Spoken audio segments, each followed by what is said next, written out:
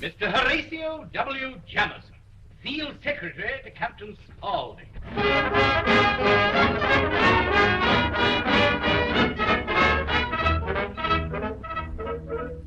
I represent the captain who insists on my informing you of these conditions under which he camps here. In one thing he is very strict. He wants his women young and fit, and as for men, he won't have any tramps here. As for men, he won't have any tramps here. There must be no tramps. The men must all be very old, the women warm, the champagne cold. It's under these conditions that he camps here.